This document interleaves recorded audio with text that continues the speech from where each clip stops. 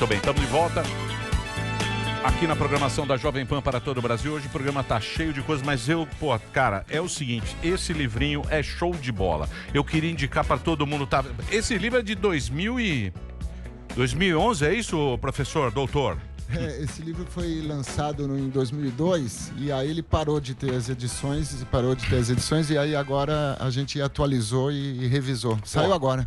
Puta, que livro, parabéns, cara. Obrigado. Obrigado. Parabéns. É um livro fácil, é um livro bacana. E o legal desse livro é o seguinte, é uma história das epidemias. Só que ele é contextualizado, ele tem a história. Então é um livro meio de história, contando as epidemias no meio da história. E quando você começa a ler, vai desde a Grécia até a última aqui, até a nossa atual. Então ele tem a história na Revolução Industrial, ele conta as batalhas napoleônicas. Porra, vírus ganhou batalha.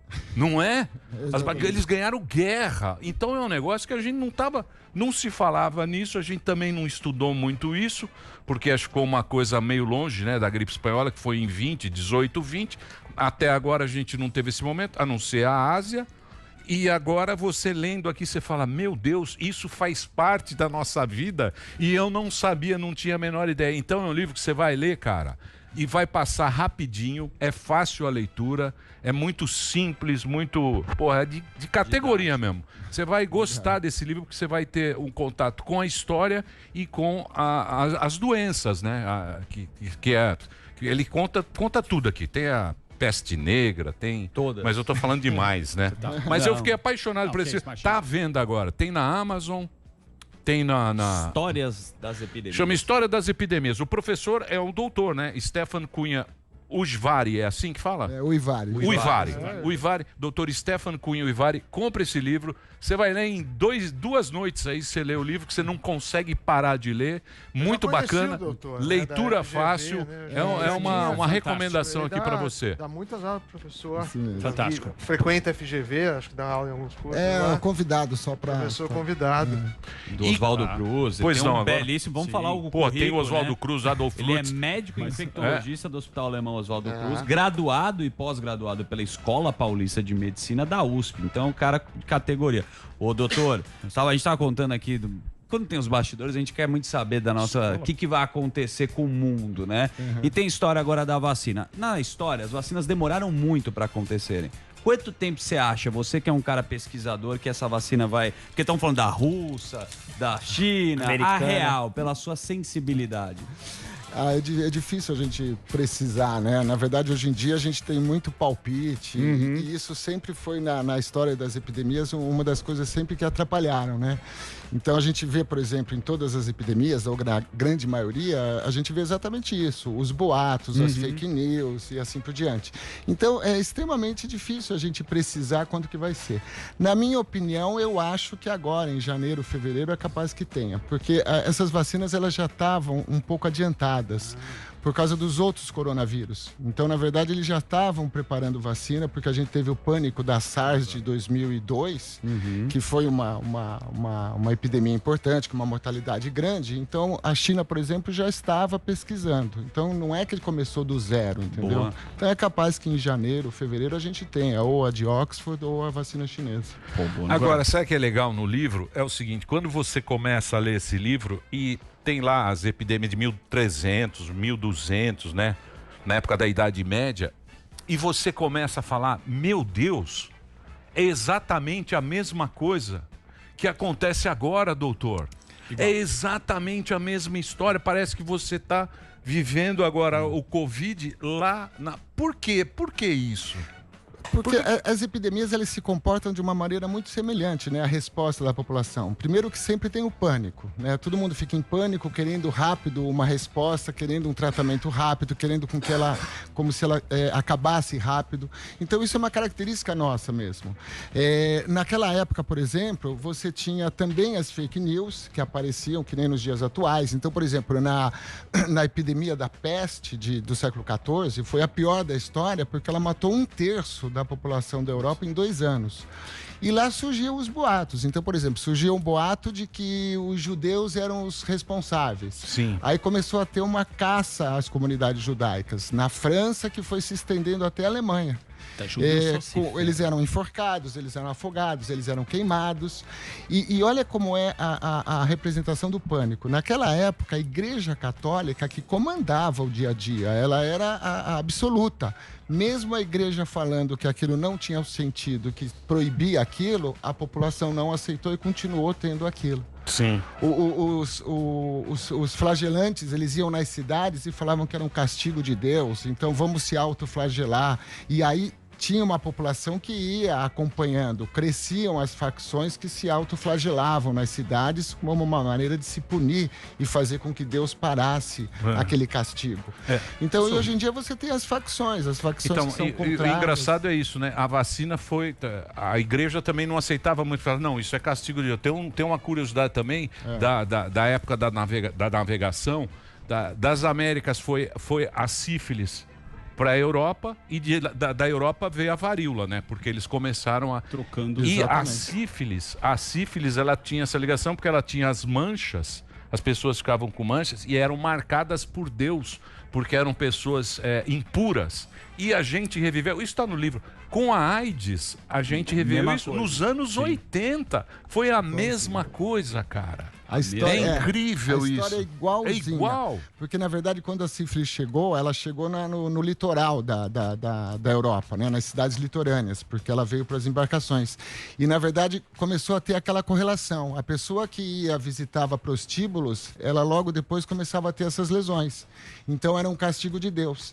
Tanto que ninguém queria ter o nome da doença. Então, na verdade, os napolitanos chamavam de doença francesa, os franceses da doença espanhola e os espanhóis da doença napolitana, entendeu? E é exatamente a mesma história. A gente chama de doença carioca. De quando a AIDS apareceu. Muito bem. Posso fazer uma pergunta de colega para colega? Doutor, posso perguntar? Absolutamente sim, claro. Bota a tonalidade do seu cabelo, doutor. Você gostou? Você gostou? Depois eu passo, é L'Oréal. Professor, queria fazer uma pergunta que é importante desses dias atuais, né? A letalidade do Covid, do SARS-CoV-2, do Covid-19. Porque fica uma bagunça geral. Como assim? Como o senhor estava falando, quando chega a gente sabe que assusta, é um comportamento do ser humano. Chega, assusta, fica todo mundo sentindo que vai morrer no dia seguinte. Eu tive, o Emílio teve, o Sami teve, etc e tal, passamos por isso. Mas qual que é a verdadeira letalidade comparada, por exemplo, com uma pneumonia da comunidade para um idoso, que é de risco? Que é grave. Como é que funciona isso? O que a gente começou a ter foram os trabalhos que saíam da China no começo. Então, a gente sabia que a letalidade geral da população jovem era em torno de 0,2%, e a gente sabia que conforme a pessoa fosse avançando a idade, ia aumentando isso. E a gente ficou preocupado porque todo mundo falava, é uma letalidade baixa, você teve, o Emílio teve e tudo mais. Não, mas não é uma letalidade baixa, porque acima dos 50 anos começa a ser uma letalidade importante. Então, uma pessoa na faixa de 50 é um pouquinho mais de 1%. Poxa, 1% é uma monstruosidade. Se você está com uma doença e fala, você tem uma chance de 1% só de morrer. 1% é muito. Aí você vai para a faixa dos 60, esse número aumenta um pouco mais para 3%. Na faixa de 70 vai para mais de 8%. E na faixa dos 80 vai quase em 15%. Agora, obviamente, a gente aprendeu muito com essa doença. A gente foi aprendendo que não era só um vírus respiratório, que ele também atacava os vasos. Então, a gente foi aprendendo que nos pacientes graves a gente precisava anticoagular. A gente foi aprendendo que quando piorava a inflamação, a gente dava corticoide. Então, sem dúvida, a mortalidade foi caindo nesse grupo de risco, porque a gente aprendeu muito durante esse tempo. Agora, você sabe que eu achei, cara, pra ser honesto, que eu tive, né? Eu tive assim fraco, era um resfriado. Eu acho que é um negócio disfarçado de resfriado, porque você perde o paladar e o olfato. Quando você perde um sentido, né? Você fala, esse negócio é punk, não é uma gripezinha. Né? Você fala, como é que isso aqui fez em mim para eu perder o paladar? Você não sente nada. Você come uma laranja, é nada, isso é uma massa. Aí você fala, esse bicho é danado. É alguma coisa que a gente não sabe, mas como fica esse negócio que dá um resfriado em você fica meio... Então, quer dizer, eu sou um cara que eu respeito esse tal de Covid aí. Eu respeito. E é o que a gente foi descobrindo, né? No começo não tinha essa descrição que perdia o paladar, perdia o olfato. Depois que os casos foram aumentando, é que a gente foi aprendendo tudo isso. E o que ele falou de interessante da gripezinha, você sabe que numa boa parte das epidemias era uma coisa comum, né? Os órgãos do governo, eles amenizarem a gravidade para acalmar a população enquanto se ganhava tempo para poder saber como que ia administrando isso. Então, se você vai para a gripe espanhola de 1918, o nosso governo falava, é uma gripezinha que está acontecendo lá na Europa, provavelmente deve ser mais um dos limpa-velhos, que limpa-velhos era o nome da gripe, por causa da mortalidade grande. Aquele detox. Agora, um detox. E aí que começou a aparecer, que aí começou a ter a gravidade, que é o que aconteceu na Itália, por exemplo. Eles foram pegos de surpresa, né? Eles não sabiam daquela quantidade gigantesca de pacientes que iam ser internados e não ia ter conta o número de leitos. Né? Professor, posso... Não, queria... Desculpe interromper. Tudo bem. Tem muita gente hoje, eu queria saber se também tem registro na história, que é contra a vacina. Falar que vacina não funciona. E essa do Covid ainda tem uma suspeita, as pessoas têm mais receio, porque foi uma vacina rápida. Eu queria que você falasse um pouco como que a população enxerga as vacinas e se dá para confiar nessas vacinas que devem surgir nos próximos meses. O problema das vacinas é que desde do momento em que elas apareceram, primeiro que assim, a primeira vacina que apareceu foi no final do século XVIII. No final do século XVIII, o que o Edward Jenner teve de raciocínio? As ordenhadeiras na Inglaterra, quando elas pegavam uma doença que era da vaca, que era o cowpox, que causava umas bolhas na mão, e a gente sabe que esse vírus ele é geneticamente semelhante ao vírus da varíola. E quando tinha uma epidemia... Foi na varíola, né? Na varíola. E quando tinha uma epidemia de varíola, o dito é que elas não pegavam a doença. Então, aí ele achou que aquela vesícula que aparecia protegia. Então, ele começou a colocar o material da vaca, por isso que é vacina, que é em latim. Pegou o material da vaca e começou a usar. Então, daí mostrou resposta adequada, mas já começou o tabu. Era uma coisa inadmissível. Como que você vai pegar vaca, o material vai fazer mal, e vai colocar em você? E na época... fazer uma escoriação. E tá no livro. Fazer uma escoriação no braço. Agora já tem um assunto. E na época tem no livro que saíam fotos de pessoas com chifre, com cabeça de vaca. Ia virar vaca. Eu falava, como uma vaca? Que loucura. Mas muito interessante. Deixa ele só concluir. E aí depois, conforme foi aparecendo a segunda, que veio com Pasteur, a vacina para raiva, as vacinas elas foram mesmo evoluindo. Então elas tinham muitos efeitos colaterais, elas transmitiam doenças, porque a gente usava plasma de humanos, então teve casos de transmitir hepatite B. Então tiveram uma série de problemas. E aí a gente ainda resgata esses problemas lá atrás. Hoje em dia as vacinas são absolutamente seguras. Quando elas são lançadas, elas passam por todas as etapas. E a gente tem um problema muito grave, que o fato da gente estar vulnerável a alguns trabalhos. Então, por exemplo, em 1998, saiu um trabalho no Lancet, mostrando que o mercúrio das vacinas poderia ser o responsável por esse aumento do autismo. Nossa, isso foi um estrago gigantesco, porque o Lancet é uma revista extremamente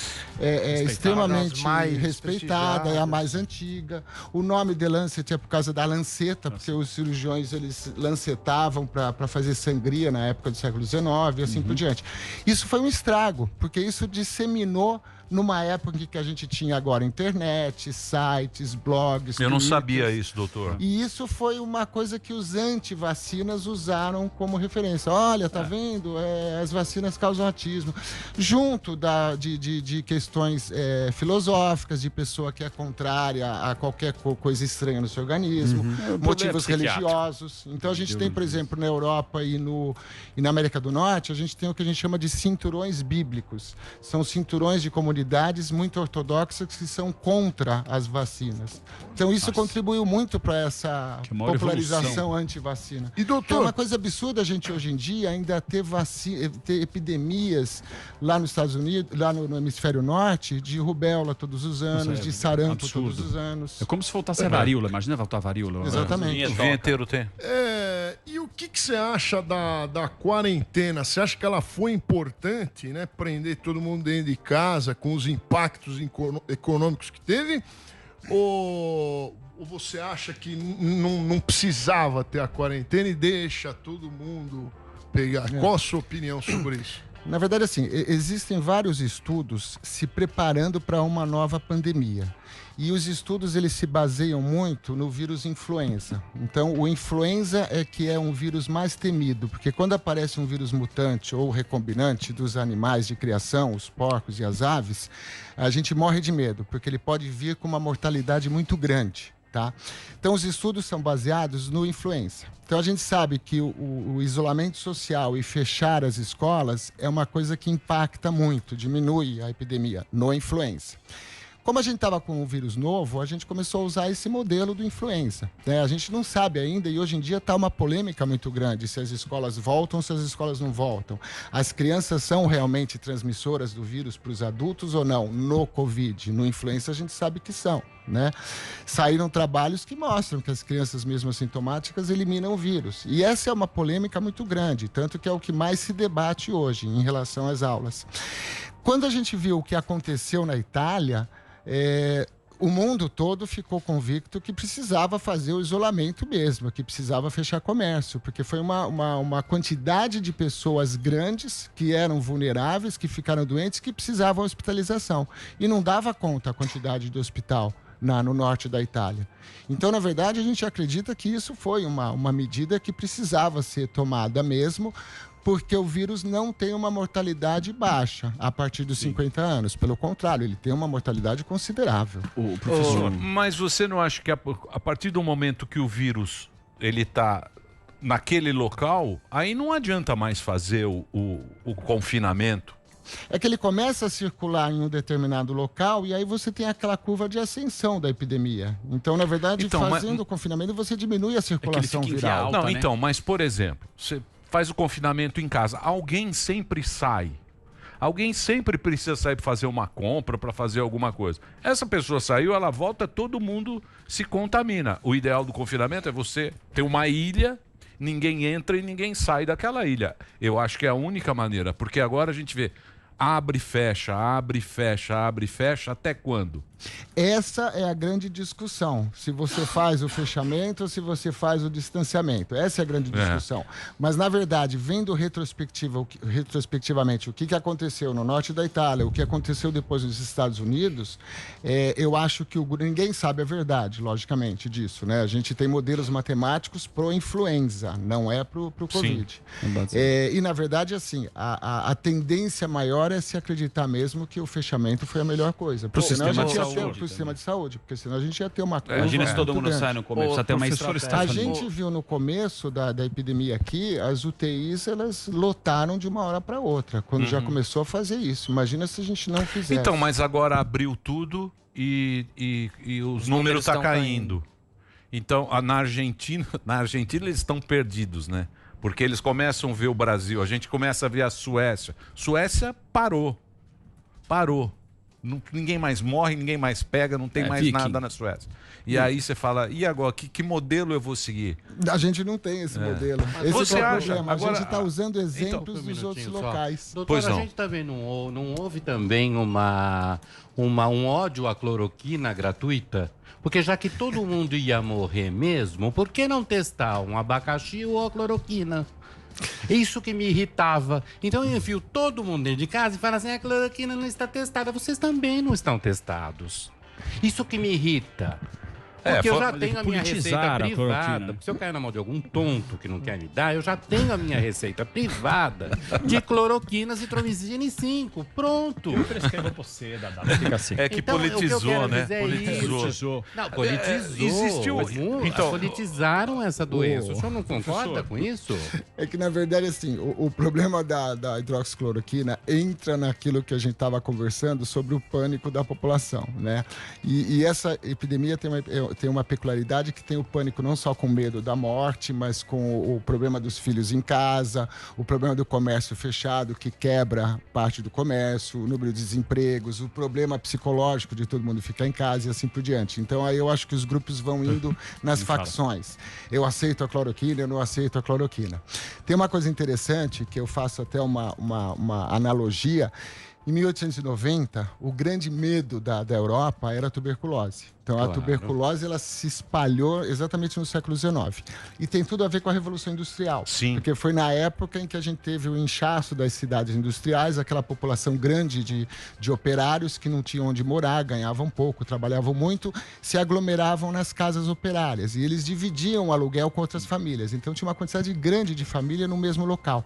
Por isso que o século XIX foi o século das doenças respiratórias, da difteria, coqueluche, escarlatina e o século da tuberculose. E a tuberculose era o maior temor daquela época. Aí o que aconteceu? Teve um congresso em 1890, um congresso em Berlim médico, que naquela época era altamente disputado, a gente não tinha internet, nada disso, então todos os médicos iam.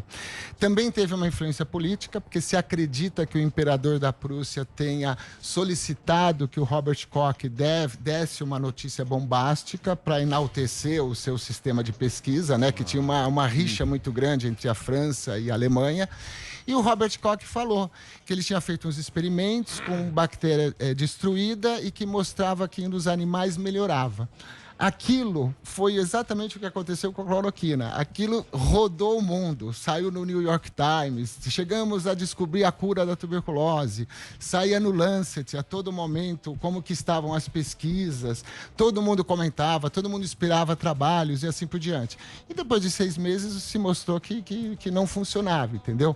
Mas a história da cloroquina de hoje é muito parecida com essa história da tuberculina, que era o nome do Mas o senhor concorda que deve ser tomado ou não? No início ou não? É assim, o que eu não concordo é que na medicina a gente sempre tenta buscar pelos trabalhos a proximidade da certeza. A gente nunca tem a certeza. Claro. O que a gente não pode é sair discutindo ou falando com uma certeza absoluta. Tem que tomar a cloroquina a partir do primeiro dia. Isso a gente não pode, porque a gente não tem evidência.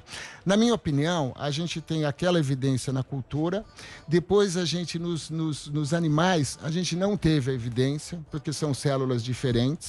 A partir do momento que a gente não tem evidência nos animais, a gente perde o sentido de ter uma esperança na droga.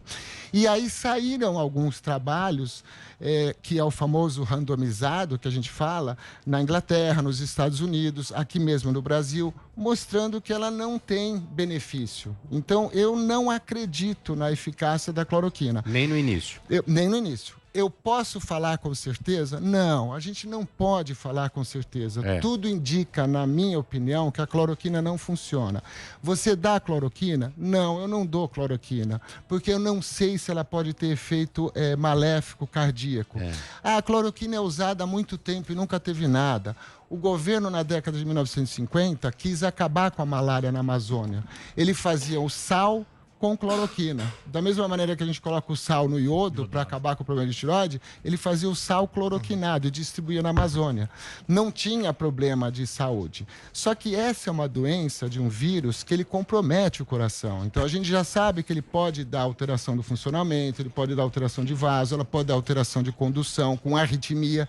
Será que essa cloroquina não pode ser maléfica? A gente não sabe. Mas é tudo assim, né? Pode. Agora também, se não tomar, pode parar num entubador e pode morrer. Então, já que é para morrer, por que a gente não tenta?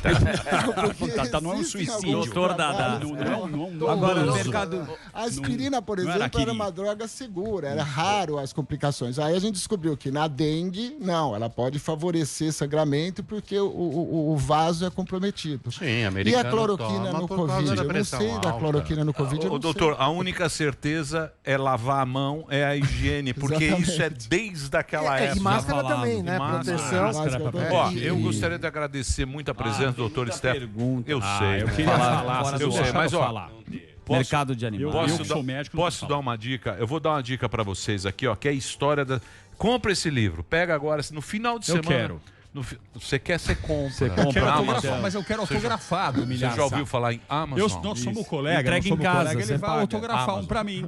Esse livro é o seguinte, você vai ler em 2 dias, você vai ter uma aula de história, que ele está contextualizado desde os descobrimentos da navegação, da Revolução Industrial, aqui no Brasil, do Oswaldo Cruz, do Adolf Lutz. Você vai conhecer toda a história. Uma leitura fácil, simples e você fica apaixonado pelos livros e você entende esse momento que a gente está vivendo através da história. Isso é um trabalho muito bacana, doutor. Obrigado, muito obrigado. Fiquei muito...